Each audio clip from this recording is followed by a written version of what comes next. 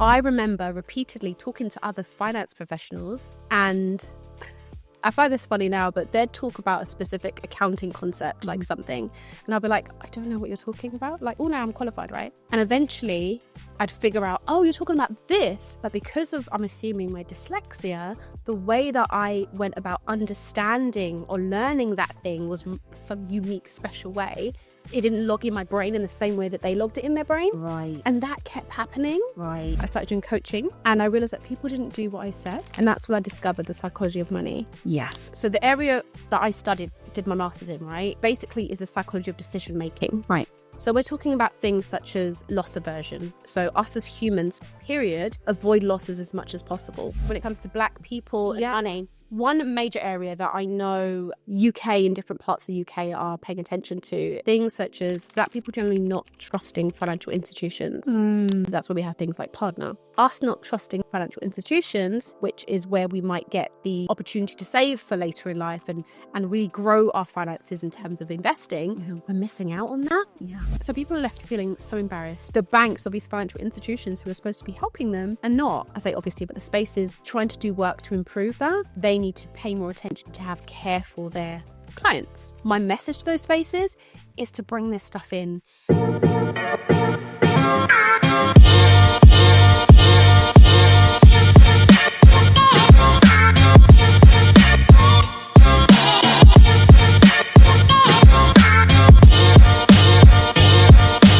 Hi Black Circle family, and thank you for tuning in again for another episode. And today I am joined by Krystle McGilvery. Welcome, welcome. Hello. So Krystle, you are a strategist, a host, a speaker, the money mastery coach, and the founder of Mind Over Money. I am. And I feel like January is like an opportune time to have this chat with you.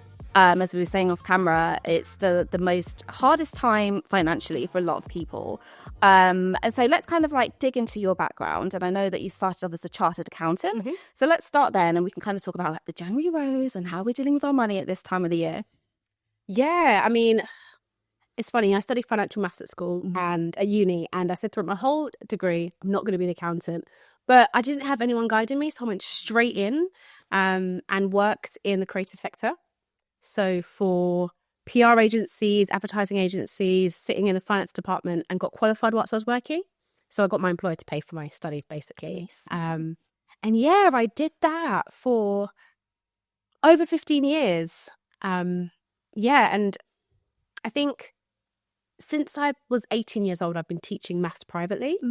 So what that meant is I was exposed to struggle, as well as being in a workplace where everybody was pretty wealthy. You know, there was lords, people came from privilege, and just kind of going through that journey and seeing that contrast was really quite eye-opening.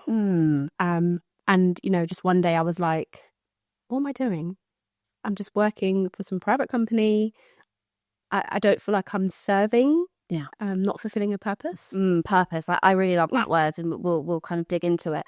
So what was the transition then for you? You know, you said that you were seeing that it was all this very privileged world, kind of like looking out through this kind of white spaces. So how did you kind of navigate as a woman of color, and also neurodivergent, and we'll tap into that also a little bit later.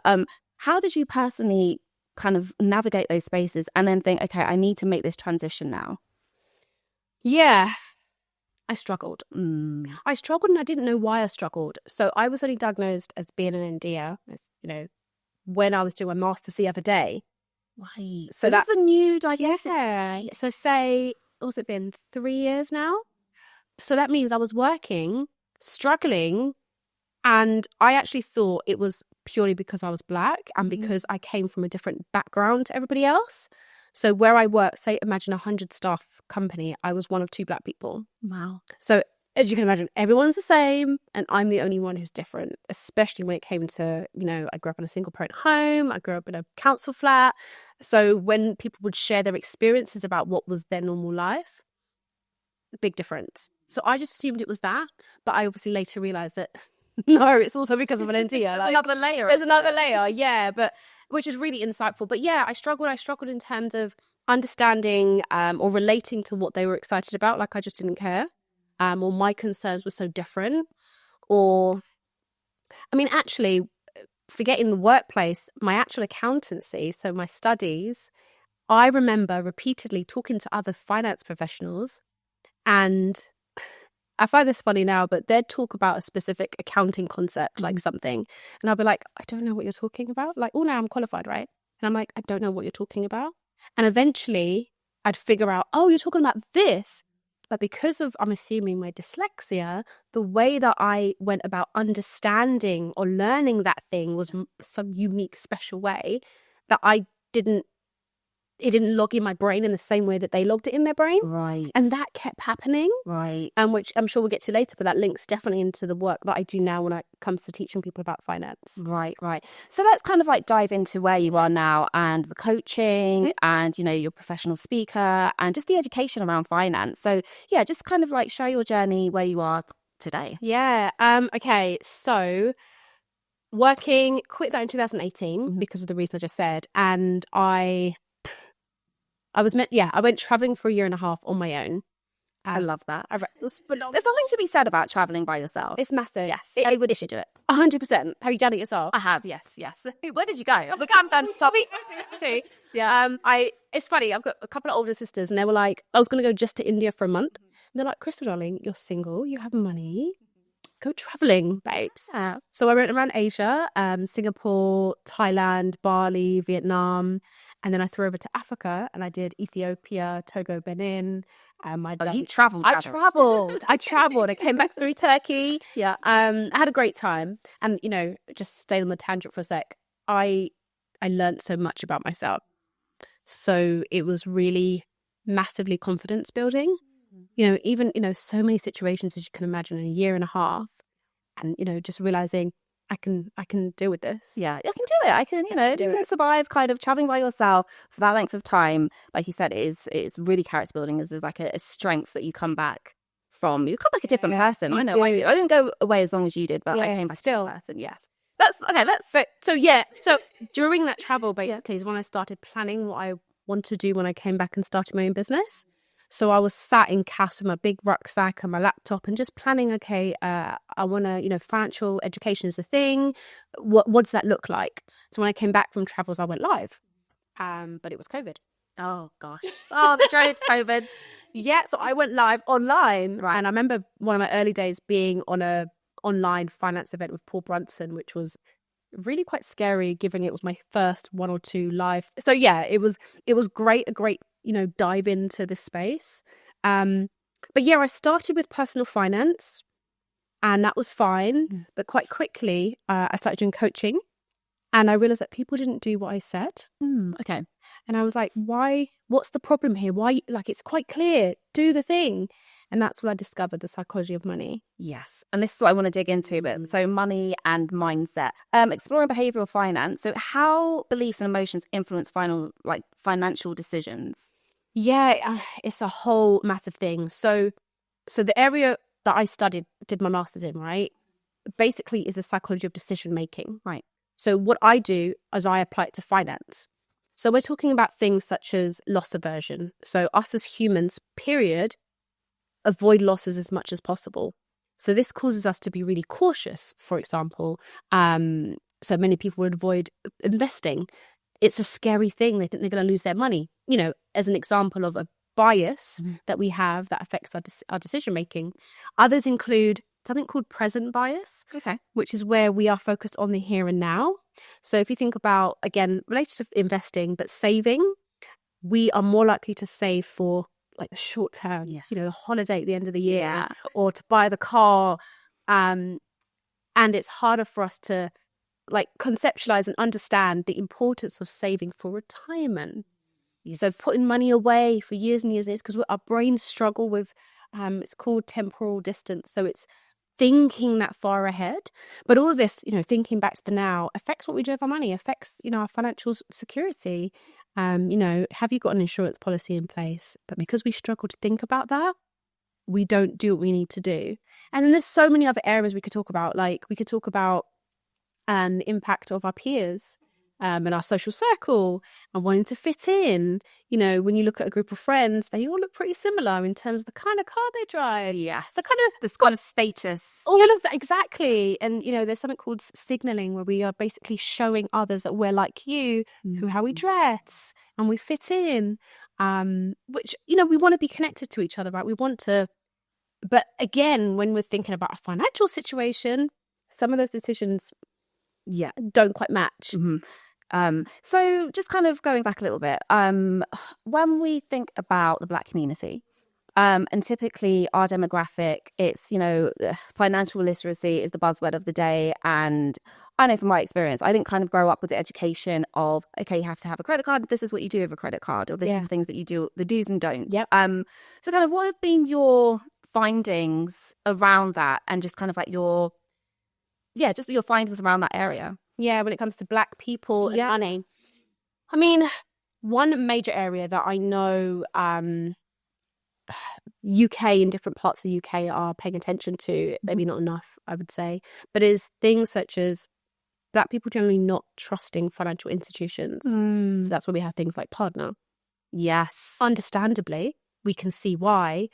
But again, if we take a step back and think about our financial situation, and again, financial security, us not trusting financial institutions, which is where we might get the opportunity to save for later in life and really grow our finances in terms of investing, we're missing out on that.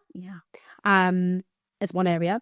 If we think about certain demographics, so people who are maybe poorer and come from a community like I came from, where the way we show that we're doing okay is by buying something nice, again, that can impact us and cause us to not make the right decisions and lose out, you know, in terms of our family. And if you think about generational wealth, we're not setting ourselves up properly. Or I remember talking about life insurance, and I remember, oh my gosh, it took like a year and a half to have that conversation with my mum, because and I understand as well, because it's not a normal thing in our family.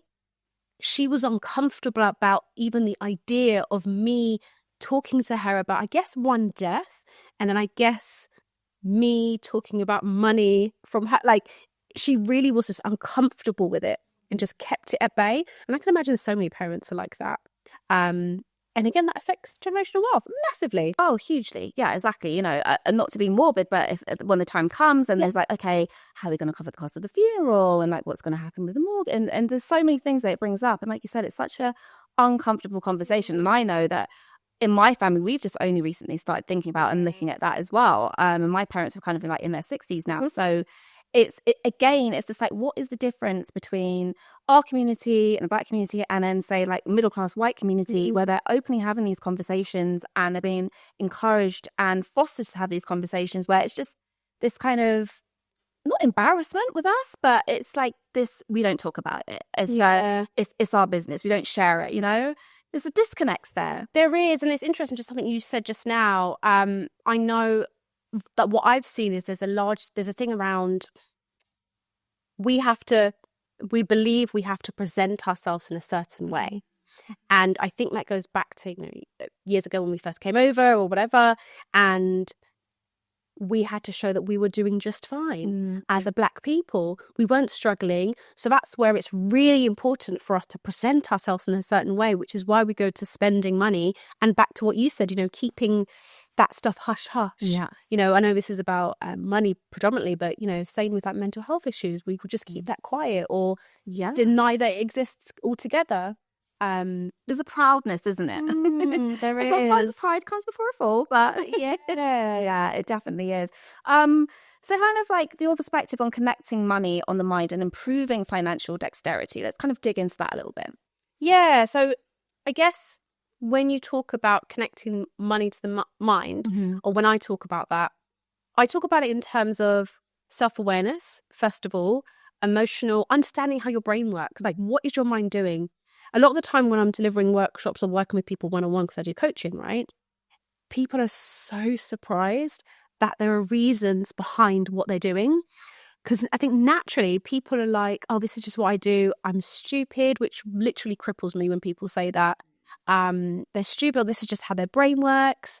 And there's obviously an embarrassment there. Yeah. And I feel so good when I go through the process of showing them the science and the psychology. Yeah. Like, everyone is exactly the same in terms of this, that's why. And it's, you see the shift in how they view themselves. And especially with my coaching, that's where people have the biggest transformation, because once you basically, it's a belief, right? Mm-hmm. Once you've started to unlock that padlocked belief, that is the foundation for everything you do, then you've opened up the opportunity to change that. So then them believing that I'm just stupid, full stop, like that's going to carry you through everything you do. So understanding that allows you to then connect. What is it I want to do? What would I like to achieve? Okay, what am I doing that's stopping me from achieving that? What is it I believe as to why I'm doing that? And it's this nice little chain that you go through. And that's when you start to see the transformation with the connection between mind and your financial decision making. And it's really quite exciting. It is exciting. So when did you kind of dig into, okay, there's a psychology behind this? Like, where did that come in for you? And like, okay, I want to make this connection for my client. Yeah. So there is one particular story, actually. So I had just bought my flat in East London. It was 2014. Literally just got the key. And because I was so naive, I didn't do a proper check of the property. As soon as I got the key, opened the door, I had people come and look around. I needed a whole rewiring of the electrics, $3,000. I needed a brand new boiler, $3,000. That's like $6,000 gone. Yeah, as soon as you get through the door. Right? And then a family member asked to borrow, what was it, £3,000. And I was like, okay, I've just bought my property. I've just had this massive bill. That's not ideal. But they were like, I'm really struggling. I'll give it back to you by the end of the month. And I was like, okay, all right, fine, I can do that. The end of the month came and went. 2 weeks, 3 weeks, 4. And I started to get quite irate. Like, I felt disrespected. They were avoiding me. I didn't understand, like, what's the problem? And I think as well, especially because they were avoiding me. That makes it worse. Yeah. The communication. So you just feel more disrespected or offended. But then at the same time, I was like, but I know this person and I know they're not intentionally going to do wrong by me. So that's when I was like, okay, Krystle, stop. Like, because I was getting really quite, back then I don't think I had much empathy. So I had to stop and be like, okay, what's going on here? And it was that situation that caused me to then reflect on financial decision making and what is happening underneath. So I started to read lots about, the psychology of money. And then that's what took me to go and do my master's in the same subject. Brilliant. Yeah, it's such an emotive subject. And even today, when I was thinking about it, it was like there's always this kind of tabooness around it. And I kind of wondered, like, is it intentional sometimes just to keep people so disconnected and not talking about it? Then there's almost like a control element that, I don't know, maybe I'm going into like conspiracy land over it. I mean, which I don't write it down. Exactly. I mean, sorry, just on that topic, I'm just going to mention that, and there are lots of finance people who've spoken about this, and some, I think most, if not all, see the truth in it. If you think about the banks, how they make money from you borrowing and paying interest, right? And I'll bring up a particular study. So when I was at uni, there was a particular element about finance, and they had done a study with various banks or credit cards, and they found a way to get people to pay off their credit card earlier. 3 banks were involved. Everybody paid off their credit card earlier. Right. Which meant the banks made less money. Before the end of the study, 2 banks pulled out. You see? This is what I'm saying. Like, I might be going into conspiracy land, but it definitely feels like there are some kind of like booby traps for us as the client, as the consumer, as the customer. Again, like I wish that I had a better understanding of kind of like my finances and things like that. So you pay off your credit card, for example, and then like you get penalized for that. And a lot of people say, well, how the hell does that work? So what would you say to somebody who was like me or somebody in that situation? Kind of like a takeaway or advice around that. Specifically credit cards or just generally the finance space? We can do both. I mean, so I always start with, what is it you're trying to achieve? Like, what is it you want to do? So something like a credit card, if we're going to dive into that, what do you need it for? I know some people like never use a credit card, and that's maybe because they know that they will struggle and just impulse and then end up with a massive bill. I don't see anything wrong with credit cards. It's a bit like Klarna. I know that's a bit of a sensitive topic, right? Especially the harm it's caused to many people. But I can see that large part of it comes down to what we're doing with Klarna or not doing, such as paying it off, right? But there's an education gap or a knowledge gap. So the same with credit cards. It can serve a really good purpose. But yeah, I think the same answer applies to finance in general. Yeah. Like, what's your mission for your finances? What do you want to use your money for? What are you trying to build? Do you want to buy property? Do you want to get married? Do you want to have a kid? Like, what do you want to do? And when it comes to financial institutions, I don't think we need to all use Partner and not put money in a bank, but just use it wisely. And that does require us to go and speak to somebody who knows about this stuff and get the information to make a smarter decision. Yes, absolutely. So let's have a little bit of discussion now about Mind Over Money, which is your company, and its mission to provide accessible financial education. I know kind of we've touched into it, but let's go into it a little bit more. What somebody can kind of expect and how you set it up, and like kind of like the mission. Yeah.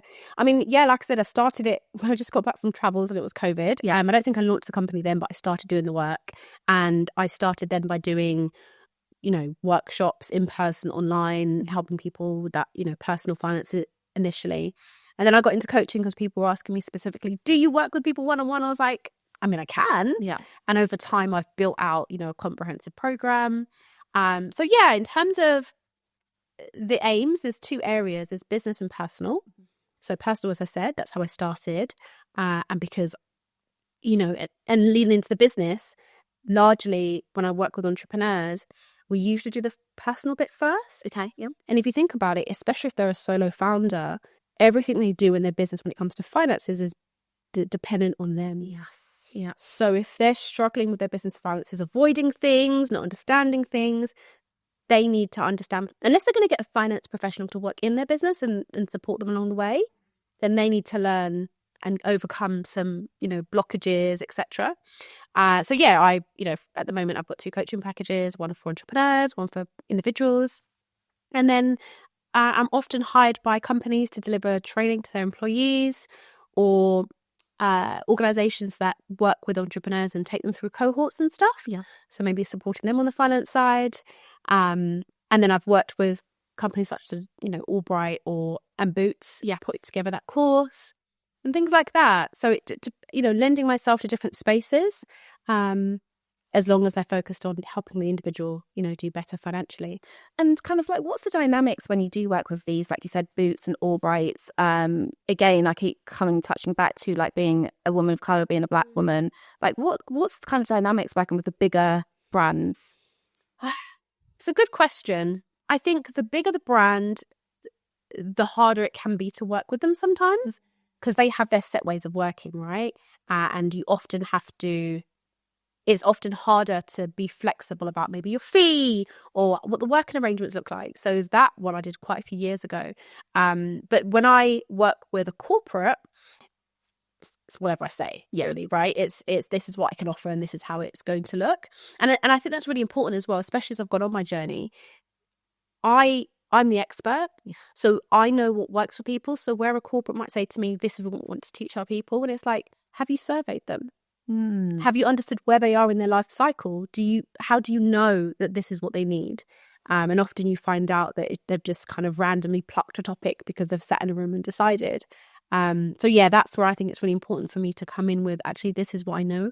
And this is maybe the way you should go about approaching it. And a little bit more kind of on advocating and equity and social impact. So you've worked with charities, like, I want to make sure I get this right, Thriveology. Perfect. To promote social mobility and mental well-being. So let's kind of talk a little bit more about that and kind of like your work with these charities. Yeah, so and Abianda, I think the other one. Yes, and Abianda, that's correct. So Thriveology Mental Wellbeing, they do online programs for, again, corporates, and I partner with them on the finance side. That's now changing, but I've been working with them for a good few years. And again, it's the same space, but with them, it's also mental health, it's also fitness. So I'm just the finance part. With Abianda now, they work with young women and girls who are connected in some way to, whether it's county lines or gang violence, or they've been let down by the system. So it's a really amazing charity. I recently changed to a charity. It was a social enterprise before, actually. But phenomenal work, and I support them in a trustee capacity.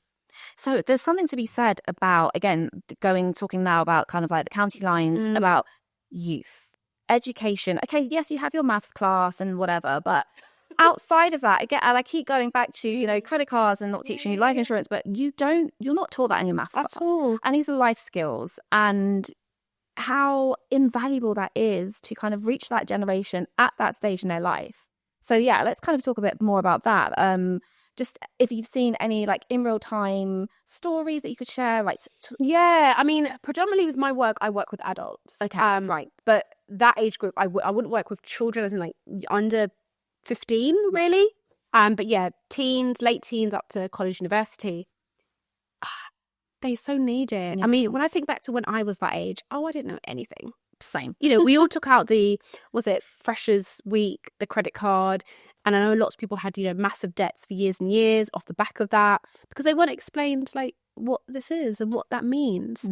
But there's so much you can do if you start early, especially when you think about investing, and just building those good habits. I think I spoke to somebody. Yes, I did. I was out in, I don't know where I was, some kind of cafe in Covent Garden or something. But this young girl I was talking to, and she was saying, I'm so bad with money. But she does spend. Yeah. And she puts money away, like a really big chunk of money away. And then she's like, I spend it every month. So I was trying to encourage her. And this is something that I think people find silly, but it actually works, is just putting aside even the tiniest bit of money, because the focus needs to be on building the habit. That's what you need to build resilience and strength in. So it's, you put the money away and you don't touch it. You then feel good because you haven't touched it. Yeah. And that's the reward, that good feeling. You're going to want to do it again the next month. But when you put away way too much, a big £500 out of your, I don't know, £1,200 pay, for example, it's not realistic. Like, it's not, you know, in terms of your day-to-day living, then you have to take it out and then you feel bad. So then what happens, and this is where, you know, the psychology comes into it, because you feel bad, you're not going to want to put yourself in that situation again. So then you're not going to want to save again. So this is where it's really important to do the groundwork of seeing, okay, what's realistic for me to save? If you can only save £20 a month, amazing. Yeah. Save £20 a month. And as your circumstances change, increase it slightly. But things like that, a young person's not taught. No, absolutely not. They're absolutely not taught. And that's why I say, like, it's so crucial to get into it early. And I do wonder why schools aren't kind of doing these extra courses outside of maths, you know? So, one, they're hard struck for cash. Yeah. Two, it's not a law. They don't have to do it. It's now being built in, but it's not compulsory. So, and then as well, on the other side, when we think about maths teachers, a maths teacher doesn't necessarily have the skills or knowledge or confidence to teach finance. It's two completely different things. Yeah. I mean, you know, for example, some of my clients are finance professionals. So just because you're a finance professional doesn't mean you have financial acumen in terms of habits and behaviors and self-control. You just know about insurance products and investing. It doesn't mean that you have the right resilience or understand what's going on to make the right choices. Mm-hmm. So then giving that to a maths professional, you know, a maths teacher. Yeah, it doesn't translate. Is it Bobby Siegel? I think he talks about it as well. You know, it's not fair to put it on maths teachers because they're not any wiser. You know, sure, there might be the odd one who's got that knowledge. So it's hard to just say, okay, this is it, go and teach to the kids, because then the kids are going to get bad education. And, you know, the teacher might cut corners because they're not confident. So there is a need for that. So the case then becomes, you need to get people who are qualified with the stuff or understand it to a certain level to be able to teach it confidently so that the student can take in what they need to take in. So it's an investment. It is definitely an investment. And so the importance of creating inclusive and forgiving spaces for financial learning. I think we may have just touched a little bit on that. Yeah, I mean, actually, I'm quite passionate about this. Yes, wildly. There are. So I think it's so important to have empathy. Yeah. Take time, have patience with people when it comes to them going through their journey of learning about finance. Whether we're talking about those who are neurodiverse or not, there's so much shame when it comes to money, and embarrassment about like what we spoke about when we think about our peers and fitting in and, you know, wanting to, and if you know deep inside, or, you know, when you look at your bank account, you're like, I'm falling apart, and I don't know if I can swear, but I'm it's gonna say like my shit is terrible, like therefore like, there's so much shame and embarrassment and all these things that people are dealing with that we have no idea, because no one's gonna come out and say, oh, by the way, my finances are cack, you know, that's not how we got. So for me, when it comes to talking to people about finance, I'm aggressively patient and slow and trying to understand where they are, meeting them there, and then slowly bring them up to, you know, in terms of feeling more confident.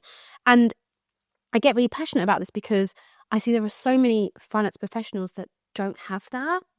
And I guess maybe not everybody needs that, but in terms of all the people that come to me are so fragile when it comes to their finances, and that's exactly what they need. Otherwise, and again, there's been studies, psychological studies on this, just go back into your shell. Yeah. And then what happens is you neglect your finances even more. So then you start to spiral, and it's this horrible cycle. So I think it's really important to take time to understand where somebody is, understand what's going on with them, you know, because we're not just talking about, hey, your bank account is like this, you spent too much, that's the problem. There's so many other life things that are going on connected to that. You know, their partner's just left, their dad's just died. You have, you know, all of that starts to connect to bring them to where they are right now.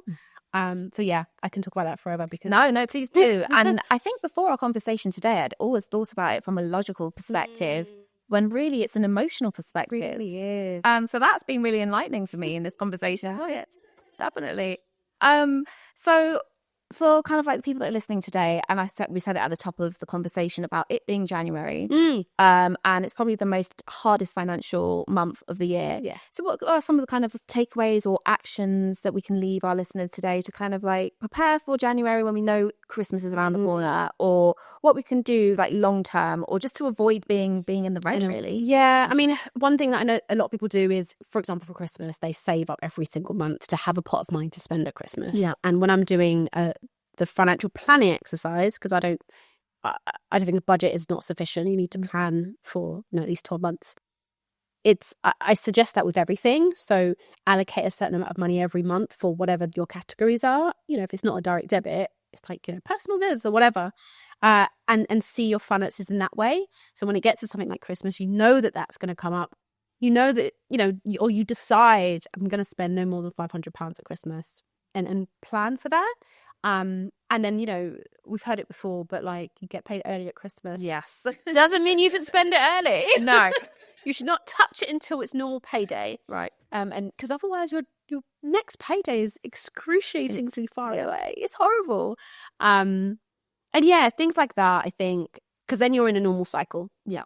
And generally we don't go out as much in January, which is helpful. Yeah. But that's, I guess, largely because it's such a long month. But it's cold too. So. Yeah, nobody wants to be out. So yeah. So it's good because then we're not spending. Exactly. And so finally, how can organisations adopt your principles to tackle financial inequalities? Yeah.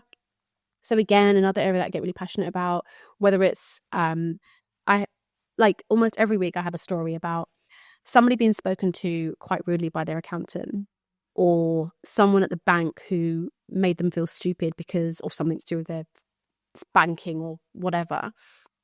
So people are left feeling so embarrassed. Yeah. And then, you know, the banks of these financial institutions who are supposed to be helping them are not. And same as well with financial advisors. Obviously, I say obviously, but the space is trying to do work to improve that, especially with consumer duty that's come in, which is this legislation that says they need to pay more attention to have care for their clients. So they've got standards and things they have to actually do, which is great. Yeah. Still more to be done. So in terms of like my message to those spaces is to bring this stuff in. So, or like credit unions, for example, it's do some work to understand the people coming to you. And that means training the frontline staff to better communicate and make them feel safe so they can come and disclose, this is actually what's happening with me. I mean, I think there was a study with social housing looking at, you know, people who are struggling to pay their rent, for example, and people don't go forward and say, right. They just hide away and don't pay their rent. That's because they're embarrassed, because the people that work at local councils, etc., can often not be very nice, can be quite abrupt, right? They can do. I think there was a TV program about housing and how people who worked in housing dealt with people who were like homeless and stuff. Right. Okay. Yeah. And it's a whole TV program. They were generally just really quite nasty. So then it creates a space where people can't come forward and be like, look, actually, I'm really struggling. Can I get help? Because there are so many things that are available to you to get help. But that is, I think, onus is on those institutions to do better. Absolutely. To serve people, especially as times have been changing. Absolutely agreed with that. And so for everybody that's listening today, if there's one actionable thing or piece of advice that you would say, put this into process now, what would that one thing be? The exercise I like to share with people actually is to think about what it is you want. So, want for your finances or your lifestyle. Identify what you should be doing to achieve that, and then compare that to what you're doing. Okay. So, for example, I want to buy a house in 2 years. So I need to save up £500 a month or whatever. How much are you saving? Maybe not that. Why? What? And, this makes me think about one of my clients. He was trying to save to buy a house. He had a wife, and he realised that every Friday he was spending loads at drinks with his friends. When we dug a bit further, it was because he was trying to make his friends feel good because he thought he had to be the life of the party. Interesting. Again, it's the emotional and the psychological, the undercurrent of it all. It's right under there. It really is. And what he had to go through his own process of realising, my friends love me regardless. I don't have to spend £200 on a Friday to make them feel good. All of a sudden, he's freed up like 800 quid.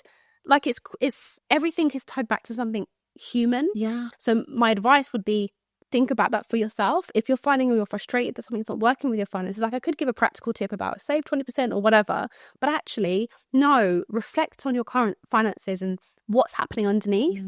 You'll be quite surprised that actually it's because of that. Yeah. And I don't need to do that. That's so fascinating to me. Honestly, it really is. And I think hopefully people can kind of take away that and just be like, okay, let's look at it from a different lens now, rather than, like I said, this very logical lens of it. So no, fantastic. Well, we're reaching the end. Yes. It went by so quickly. It was such a great chat. And at this point, I always like to ask my guests about a value. So a value for their personal life and one for their professional life.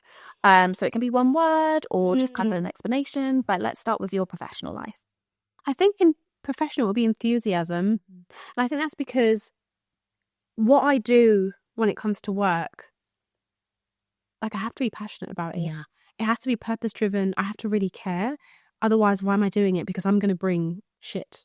Basically, I'm going to come to you half-assed. Yeah. And I really think it's important for me to leave a really positive mark in the world. Yes. So I have to be aligned and feel like I'm doing something important. So I'm, it just makes you think when people laugh at me when I get excited on coaching calls because I literally start clapping and all kinds of, like, I get really excited. So that'll be professional. Personal. With where I am right now in life, actually, so it's January, we've all been reflecting. I think it's authenticity. Great word. Yeah. It's something that, as you know, I kind of disappeared at the end of last year and I was like, I can't. I was going through that, like figuring out, actually, Krystle, something is a shift here to make sure you're being authentic. And it's about alignment, and it kind of links back to the business, the professional stuff, right? Really caring about what I'm doing, really having my heart in it. Like, how am I showing up? And when we look at ourselves and when we interact with others, people resonate with us more when we are our true selves. And people hear you more and believe you and trust you. So it works for everybody, I think. Yeah, it's true. It's that kind of aura that just speaks for itself, which is lovely. Yeah. Well, thank you so much. I really appreciate you taking your time out to join us. If people want to keep up with your journey, where can they find you? My name is everywhere. Yeah. So Instagram is Krystle_McGilvery. I'm all over LinkedIn. I usually post every day. So come and find me. Yeah. And then I've got a website in my own name and one under my business, Under Money. But yeah, check me out. I try to do in-person stuff as well as often as possible. Definitely. It's the top of the year, people. So check her out. Yes, do it. Set yourself up for success. The rest of the year, do it. Yes, thank you. Thank you so much. And guys, once again, thank you for joining in. And if you want to follow the Black Circle journey, we are on Instagram at theblackcircle.podcast and on YouTube Black Circle Podcast. Thank you, guys.